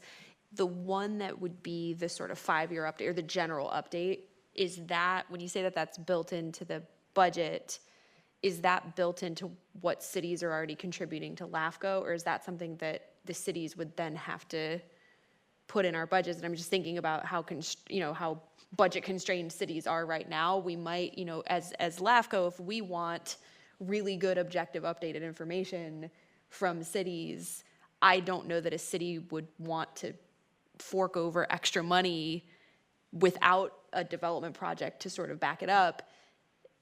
Hence me asking, is this built into what the cities already contribute to LAFCO, or is this an extra cost? Yes and no. Okay. So it depends, right? It's my famous words. Again, so it depends. So we do have a work plan. And so in the work plan, which is in the staff report as part of the budget, we've identified that there are So we're working, the cemetery districts were up for review, so that's why we're doing the cemetery districts in-house. We started doing the review, started gathering information to do the resource conservation districts in-house. And we did 3 years ago actually start doing gathering information to start doing the City of Vallejo's review, because City of Vallejo hasn't been done, I think, since 2007. So we started going down that route, but as we started going down that route, we suddenly had 5 cities who said, we want to jump the line, we don't want to wait our turn, and so we're going to pay to jump that line, and we're now the priority, and so we have to put City of Vallejo on the back burner. So if we're doing it in-house on our schedule, then everyone's sharing the bill. But if somebody wants to jump the line and say, we want it now because we have developers who are knocking on our door and want to annex, then they jump the line, but they're actually paying for it. But then we're not that Vallejo's has anything urgently on the pipeline, but so what this change would allow LAFCO to hire a consultant to process more quickly if cities do decide to jump the line.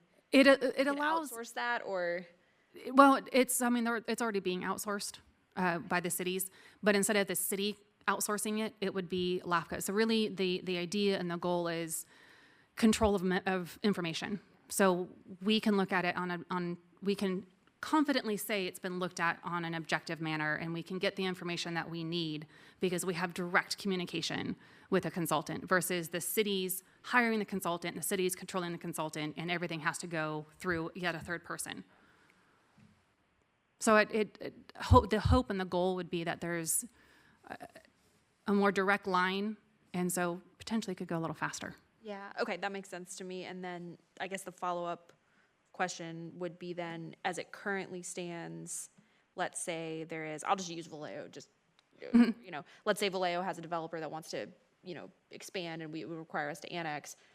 As it currently stands, that developer would pay the city would hire a consultant to update the MSR, and then that would go to LAFCO, and it's like a game of telephone. And then you hope that the document meets our expectations. And then and under the new policy, we could still make the developer pay, but the developer would pay and LAFCO would control the contract. So it would either flow through the city and the city would flow it to LAFCO, or we'd have the developer send it directly to LAFCO. Correct. Understood. Thank you.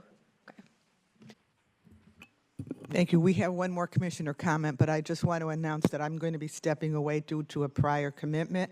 I'm turning the meeting over to Vice Chair Commissioner Byrd. Thank you. Thank you for coming today. Commissioner Ashburn. Thank you. I was going to wait for public comment, but all the questions, then I do need to speak to some of this. So first, I just want to point out that when we sit on this board, whether we're county or city or civilians, we're tasked with a very specific set of goals, which we saw at the beginning here. And we have to put aside, to some degree, the biases and the needs of our specific entities that we represent as mayors or board members, because we have to think of the region. The next piece that I wanted to speak to, and it's just like when we sit on STA, or we sit on Solano County Water Agency or any of those things, right? We have a specific goal here, and it's protecting agriculture, it's managing growth appropriately, it's those things, right? To that end, we have to recognize that the MSR process in our county and our county alone, as was pointed out by staff, has to some degree been usurped and is now being driven. So the tail's wagging the dog, because the developers, as we heard, are paying for an MSR that they're driving. So the information that we're getting through the filter here may not be the information that's needed. And then we end up with a situation, to give real life to the situation, we end up with a situation with like what we had in Vacaville, where their MSR was driven by developers. The developers paid for it. The city put the data together. The city provided the data that they felt a certain amount of ownership for to LAFCO. LAFCO sent them back their response and said, hey, we weren't included in the process to any significant degree. We have 326 questions where you didn't reach the level of what we needed, and it had to go back. And everybody in Vacaville was a little upset about that. And they had a board meeting, and our LAFCO got called out for it and chewed out for it. And they had to pay more money, and it slows down the process. What we're trying to do with this policy is take that back and take that ownership back so that the document that is owned by LAFCO is driven by LAFCO, so that we don't end up with a situation where there's a delay in the process because 300 plus questions need to be answered, and Vallejo has to sit and wait while that happens because they got pushed to the back of the line because we have a policy, or don't have a policy actually, that allows people to just jump the line no matter what, right? So that is one of the key elements of this policy, is that it brings it back to LAFCO and brings that authority and that power back to LAFCO in order to have control over those documents and make sure that we're getting what we need for clarity to the public, and so that this board can make an adequate decision based on the true needs of the region and that city and all the residents that are affected. The other piece that I wanted to bring up is that one of the other things that this policy and this review of this policy brings to the forefront is that general plans matter, because that is the plan that drives the rest of the plans. That's the plan that drives the sphere of influence. That is why 2 years ago, 3 years ago, maybe 4 years ago now, I lose track, Supervisor Vasquez and I brought forward a proposal for all of our entities in the region to come together for the discussion of the development of the county's general plan in alignment with the city's general plans. That has still yet to occur. But in order for us to be able to be effective in this role, and in order for all of us to further the goals of our agencies in relation to our general plan, we need to have that meeting. We need to have that come-together moment where we talk about the region into the future and what everybody wants to do so that we can effectively comply with the law, right? And we can effectively develop a sphere of influence that manages growth and protects agriculture. So that's all I really have for now. The last question that I have for staff is if you could cover what element in this policy, you don't have to do it this time, but at some point in time, we're going to need the clarification on this. What element in this policy is still going to allow for a methodology for people to jump the line, right? How are we going to facilitate that, manage that, so that there is no impact, or there are as few impacts as possible to those cities and those special districts who get bumped back, right? Because we don't have the staff resource enabled to be able to facilitate the in-house and to facilitate the jumping of the line, right? Because that's still going to set us apart. We're still going to be different than every other LAFCO at that point because we're allowing that to occur. So if we're going to allow that to occur, what is the element of the policy that takes us there and does that? And so that's my questions and my comments. Commissioner Soares? Yeah, thanks. That's actually kind of where I was going with my question, because as somebody that's just coming onto this board, you know, I would much rather have a consistent objective analysis that every time we get it, it's like, okay, it went through the same process. And I asked the question about the jumping of the line because, yeah, I mean, I use Vallejo simply because it hasn't had anything before LAFCO, but you could probably say the same thing for Benicia. You know, if the city of Benicia doesn't get the MSR update because a bunch of other cities are jumping the line, and then they do bring something before LAFCO, we're then in a situation where we haven't had the sort of regular update, and the new one is going to be potentially a radical departure from the previous one, and that makes it more difficult to do an objective analysis because you're going, well, it's 2027. The last time Vallejo did this was 2007. A lot has changed in the middle. is this just the natural growth of the city? Is this something that is, it makes it more difficult for us to objectively analyze the specific proposal because we don't have something more recent. So that was why I asked it. It was like, how do we get caught up as much as possible on the regular cycle? Like a city, let's say, I'll use Benicia. Like, let's say Benicia doesn't need it every 5 years. How do we at least add something that goes, you know, hey, we looked at this, we determined that this wasn't needed because the situation hasn't changed radically enough that it's needed, so that then when it does become urgent, we've got something to refer back to. Commissioner Hernandez. Thank you. Yes, that's exactly, you know, in a different way, it's almost saying, how do we get our community regionally, as the term we use in transportation a lot is shovel-ready. And shovel-ready means you've done the studies, the analysis that show and prove through evidence your maximum ability to service a location and support that community's opportunity to grow.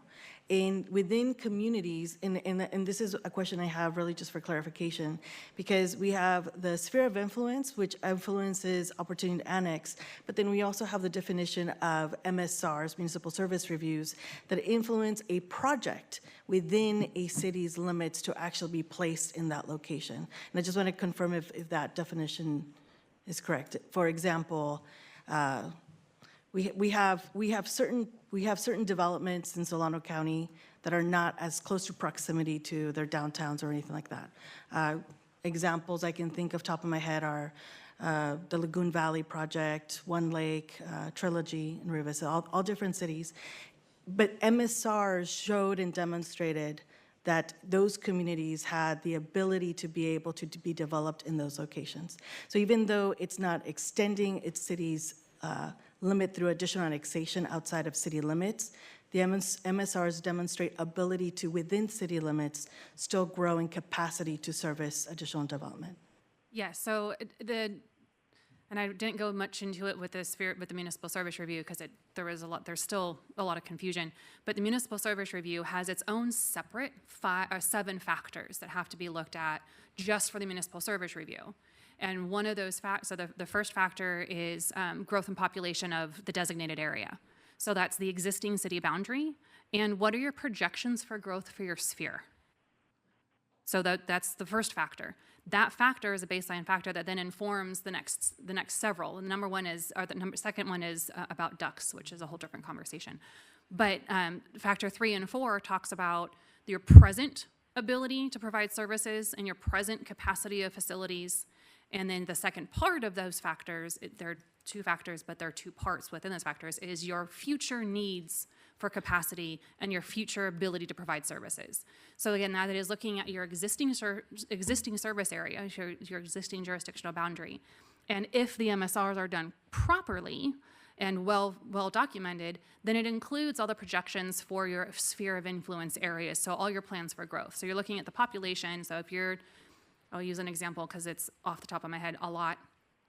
One house typically is 2.7 persons per house. So there's a population growth. If you're going to have population growth of 250 homes, you can easily do, we're guessing 2.7 persons per home. There's your anticipated population growth inside your sphere of influence. Then one house equates, what was I told? I think it was like 300 gallons per day of wastewater, so of sewage. So if you're 300 gallons per day times 250 homes, you're able to come up with a projection. Now, again, it doesn't have to be set in stone, but if you're thinking, general plans aren't set in stone either. They're all projections.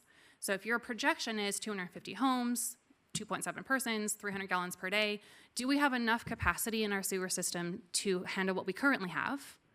If we do, how much is left? And of that that's left, can that support I'm not going to do the math, but the 300 gallons per day times 250 homes. Do we have enough to be able to plan for that future?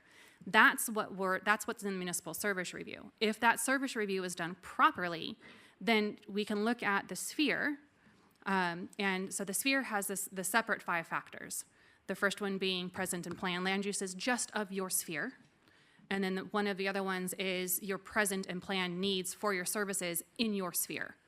So that's where the documentation of the support from the municipal service review feeds into the determinations of your sphere. If your municipal service review looks at your entire general plan, which is typically 20 years, and if we're looking at your entire general plan, then that service review, or the sphere of influence, the sphere is what has to be reviewed every 5 years, not the service review. It's the sphere that gets reviewed every 5 years.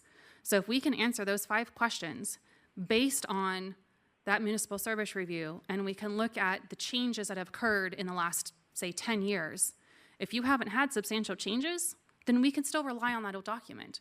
But if you've had substantial changes inside your city, then it amounts to, we gotta do a comprehensive update. So that's where that wiggle room of we can do an amendment to your sphere if the information in the municipal service review can still be valid. But if you have plans that you are currently reviewing that are going to change that sphere, if you have plans, or if you have made other plans that have changed your general plan and any other information that we've relied on, we have to do a new updated review. Thank you, because what it leads to is, this is us strengthening our planning tools. Over and over, one of the things that I read throughout the staff report and through the policy itself is planning. These are really, really great planning tools, except like when they're not feeding appropriately into each other, we get into this humdrum of we got a little ahead of ourselves, or making inferences about jurisdictions or how it's going to be used or things like that, without getting there first on actually evidence-based information and analysis that lets us understand how do we protect and also develop more intentionally and mindfully. There is I highlighted it for myself because it says staff presented SOI 101 during the December 2024 public meeting, and that's actually a really great meeting to go back and refer to for members of the public who are just kind of starting to dive into this. That is what influenced, that December meeting influenced my meeting in January of the following year, to go and say, you know, are we understanding how the process is about what we bring back to our communities, and say, what is our sphere and what is our maximum opportunity to navigate forward, right?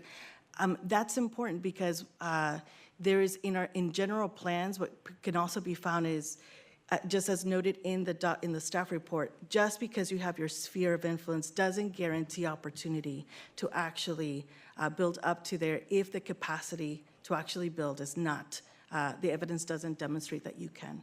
So I think all of those pieces are important. Go ahead.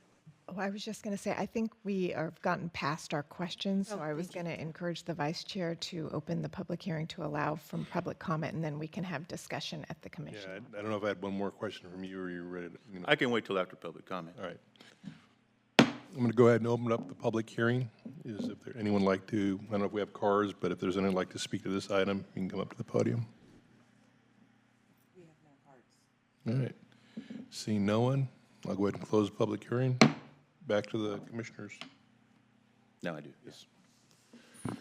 Okay, so to build off of what you were saying, Madam Mayor, one of the reasons that this MSR portion of the process, this tool, is so important is something that should be evident to everybody in California right now, because we're going through it. And we just saw innumerable ballot measures, and we're going to see a lot more in November, about taxes for various municipalities throughout the state, not just in our county, throughout the state, where they have to add a half a cent, a quarter cent, a whole cent to sales tax in order to be able to pay for the basic services that they already provide within their city, because they can't afford to pay it right now. But at the same time, those municipalities are proposing to expand. You can't afford to pay for the services for what you have right now, but within your sphere of influence, you think you're going to be able to still provide services when you add 300 more homes? Not necessarily the case. The MSR tool gives us the empirical data to be able to say, yes, based on this plan, based on the fees that you currently charge, right, you should be able to hire this many police officers, you should be able to provide this level of service for fire, you should be able to put in this infrastructure for water, all of those things. The other piece that helps to address is that when we talk about regional impacts, the infrastructure piece, the water that entity may have available to them, whether it's SID or the city of Suisun or the county of Solano, the water that they have available to them, is it enough to be able to sustain that? And if they don't have that in the MSR, what's their plan in order to be able to get that moving into the future for water, for sewer, for any of those things that might be proposed in their sphere of influence, right? Does the MSR support it? Can they provide empirical data that shows that they're really going to be able to do that and attain that? If they don't, and if they can't, then the MSR will bear that out also. And that information needs to be available to the public so that when those decisions are made, this board has a leg to stand on with regard to that decision, right? The value of those to the region for the purposes of managing all of those resources, whether it's water, power, whatever it might be, is incredibly important. And the MSRs for each municipality, if we can't manage to have the meeting on general plans, the MSRs will at least feed into that, because we haven't yet had also the regional impact study for our infrastructure, which was requested by the Board of Supervisors. The Board of Supervisors, that's one of the things that we came up with as our goals, was to have that overarching study of infrastructure for the county. One of the reasons that's needed is to feed into that MSR, because as we heard about with the cemetery districts earlier, there's overlap. The SOI of a city and their use of water may impact another city's ability to grow, because we have a finite resource of water within this county. And if they're going to grow this much, it's going to absorb that much of that resource. And the other cities are going to be left out because they don't have the availability of that resource anymore. So that MSR, it truly matters for the purposes of regional development as well, right? I just wanted to point that out for the public. I wanted to point that out for my fellow board members, that that's one of the things that went into putting this policy together and trying to make determinations about how and when and where that information is provided and how those spheres are handled. I'll be done with that then. Enough lecture. Any other commissioner comments?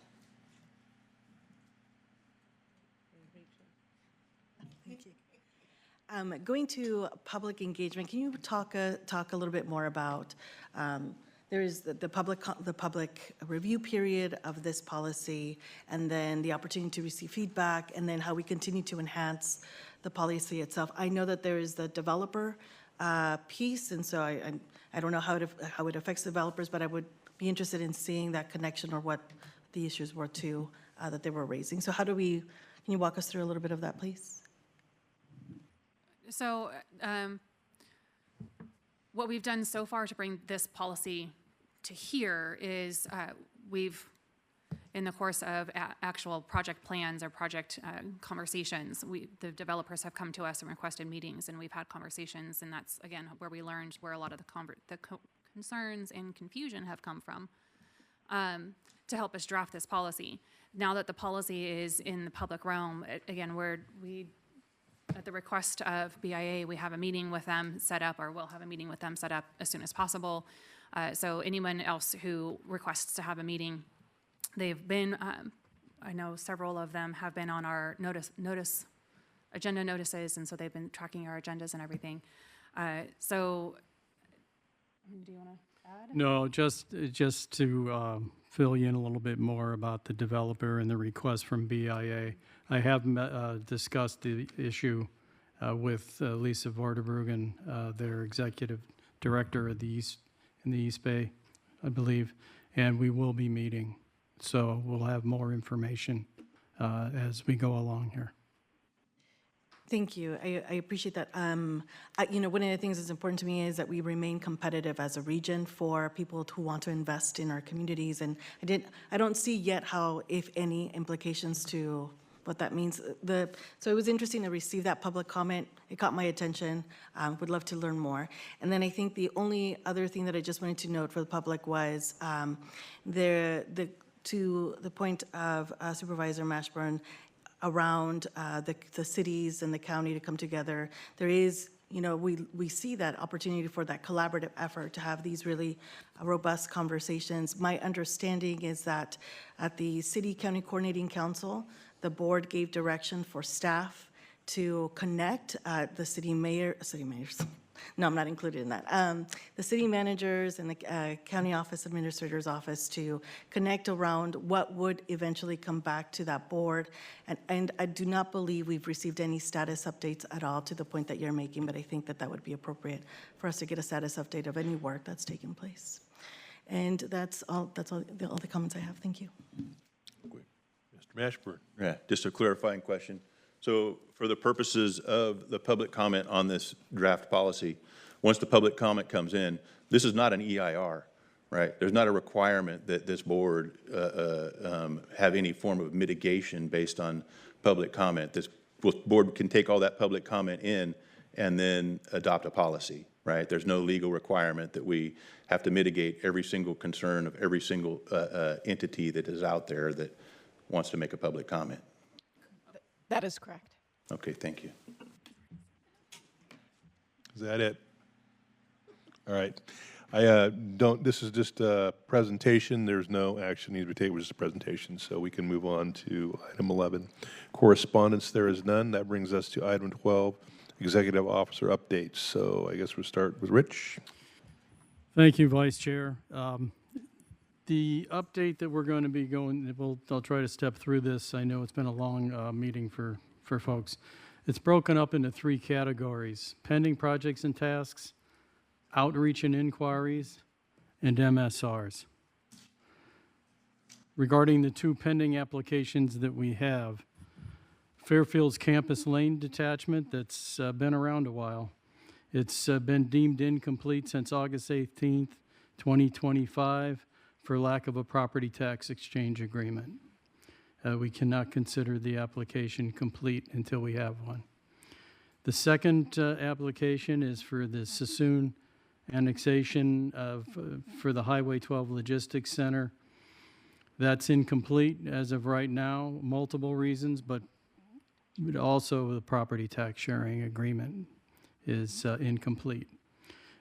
We do remain in frequent contact with the City of Sassoon to keep updated and up to speed on this project. Noteworthy outreach and inquiries. On March 17th of 2026, we had another meeting with the outreach working group of this SOI and MSR project. It included the community development directors from Vacaville, Fairfield, Sassoon, and Dixon, as well as the Solano County Resource Management Director and their planning manager as well. And we're continuing discussions about spheres of influence. A staff responded to a new inquiry regarding a possible out-of-agency agreement for Cherry Glen and Lion Road area, known also as the Pearson property. It's an annexation request and an out-of-agency service agreement, perhaps. Relative to municipal service review updates,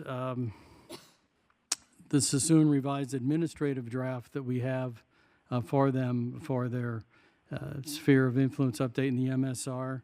We're finalizing comments with our staff and with the consultant, Plan West, regarding the financial factor, and we anticipate comments being returned to Sassoon this week, actually. So we'll get back to Brett and Jim on that.